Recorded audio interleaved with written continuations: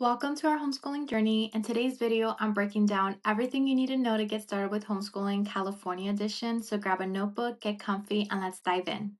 Here's a quick disclaimer before we get started. Here's a little about me. I am a stay-at-home homeschooling mom of 3 kids. 2024 to 2025 will be our third year homeschooling our son, second year homeschooling our teen, and first year homeschooling our toddler. So far, we've homeschooled preschool, pre-kinder, and kindergarten with our son, 7th and 8th grade with our oldest, and preschool with our youngest. Step 1. Understand the legal requirements for homeschooling. When I first started, I went to hslda.org to look up the homeschool laws in our state. There, I was able to find our options for homeschooling, the ages school is required for, if notification is required, if there are teacher qualifications, if there are state mandated subjects to offer, assessments, or immunizations required. For California, I learned that there are 3 options to homeschool. The school age is 6 to 18, notification is required, there are no teacher qualifications except for option 3, there are state mandated subjects to offer, and assessments and immunizations are not required. First, choose a homeschooling option. California has a few different ones. You can file a private school affidavit, enroll in a private school satellite program, get a private tutor, or enroll in a charter school. HSLDA.org will mention these 3 legal options under which you can homeschool privately in California.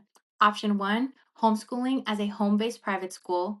Option 2, homeschooling with a private school satellite program. And option 3, homeschooling via instruction by a private tutor. Now I have a question for you guys. Is a charter school a PSP? No, a charter school is not a private school satellite program. Charter schools are public schools that are independently operated and are part of the public education system.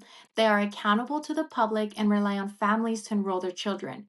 PSPs are private schools that have filed an affidavit. When someone signs up for a PSP, they become a teacher of their own children at that school. Question: does a charter school fall under option 1, 2, or 3? Neither. A charter school is not the same as homeschooling through a home-based private school, a private school satellite program, or instruction by a private tutor. So the next thing you're going to do is file a private school affidavit. If you choose to homeschool as a private school, you need to file a private school affidavit with the CDE between October 1st and 15th of each year. This is required for homeschooling your child under this option. If your children are enrolled through a private school satellite program or a charter school, you do not have to file an affidavit. Question: what is a private school affidavit? A private school affidavit notifies a state that someone is operating as a private school. If your child is not enrolled in another full-time school, like a PSP or a charter school, then you should establish your home-based private school and file a private school affidavit. Question: where do I file a private school affidavit? To file a private school affidavit, go to the California Department of Education website. I gave you the links right here because it's a little tricky to get by. Here you can find the links to filing the affidavit as well as instructions if it's your first time. Question: what if I withdraw my child from public school right now? In California, if you pull your child from public school right now, you should file a private school affidavit as soon as possible. But the official filing window for a new school year is between October 1st and October 15th of each year.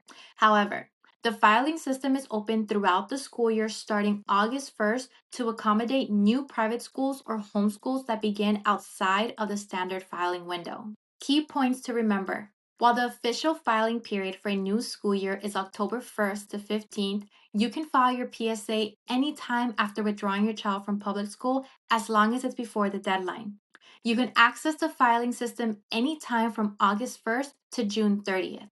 And if you establish a new homeschool or private school after October 15th, you should file your PSA as soon as possible. Question: I am starting to homeschool my 5-year-old kindergartner. Should I file my affidavit this year? In California, kindergarten is optional. Children need to be enrolled during the school year they turn 6 before September 1st. You can establish your private school this year or wait until next year. General requirements to keep in mind about homeschooling in California. Children ages 6 and up must be enrolled in a legal school. Home-based private schools must file a private school affidavit to begin homeschooling. Parents who file a private school affidavit must provide all curricula, instructions, and other materials. Private school teachers must be persons capable of teaching, instruction must be in English, and you have to provide instruction in the courses commonly taught in public schools. Step 2. Decide on the curriculum. First thing you want to do is research curriculum options. California allows flexibility in choosing curriculum that meets the state's educational standards. Some options are traditional textbooks, online programs, or even unschooling.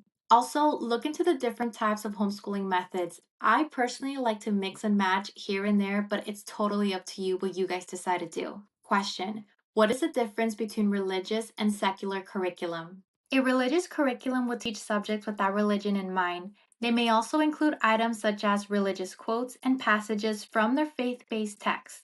A secular curriculum will not have any religious techniques or themes.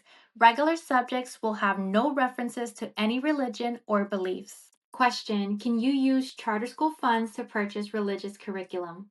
Due to state laws, California charter schools do not allow parents to use their funds to purchase curriculum, material, or classes if they are religious or even from a religious publisher. 2. Create a plan. Set a scope and sequence for each subject. This helps to map out the educational goals for the year. I like to go to IXL.com/standards to find our Common Core state standards, the Next Generation Science standards, and all the U.S. state standards for math, language arts, science, social studies, and Spanish for pre-K to high school. Also, find out the state mandated subjects to offer your children. I went to the California Legislative Information website to find the recommended subjects to offer our school-age children for grades 1 to 6 and grades 7 to 12. Here's a screenshot for grades 1 to 6 and another screenshot for grades 7 to 12. Step 3. Set up your learning environment. Choose a space in your home that is quiet, well lit, and free from distractions. It can be a room or even the corner of a room. I've seen a lot of families homeschool on their kitchen table, turn their living rooms into homeschool spaces, go outdoors, to the park, and even from their own beds or couch. 2. Gather materials. Collect all the necessary materials like books, writing utensils, art supplies, and educational games. Even consider getting yourself a library card. 3. Create a daily schedule. Establish a routine that works for your family. Consider a schedule that includes dedicated time for lessons, breaks, lunch, and any extracurricular activities. Step 4. Record keeping and documentation. 1. Keep attendance. California requires that you keep accurate attendance records for each student, just like any other private school. 2. Maintain student records. Keep records of academic progress, grades, and assessments. This can be in the form of a portfolio, standardized test results, or reports you generate from your chosen curriculum.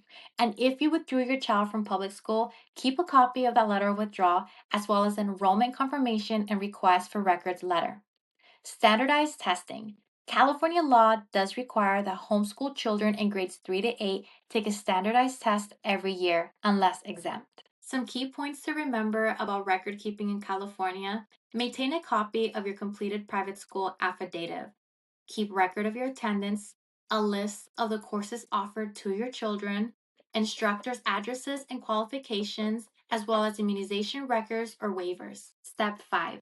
Join a support group or a co-op. You can do this by finding a local homeschool support group in your area, joining a few co-ops, or even attending homeschool conferences or workshops. We're getting close to the end, so I'm going to leave you with these final tips. Be patient and flexible. Homeschooling is a journey for both you and your children, and the process may take time to perfect. Stay organized with your materials and lesson plannings, but don't forget to allow room for creativity and exploration. Trust your instincts as a parent and educator. You know your children best, and homeschooling allows you to tailor their education to their specific needs and interests. Thank you for watching. Don't forget to hit that subscribe button so you never miss a helpful homeschooling tip. Comment below your top reasons for considering homeschooling, and I'll see you next time.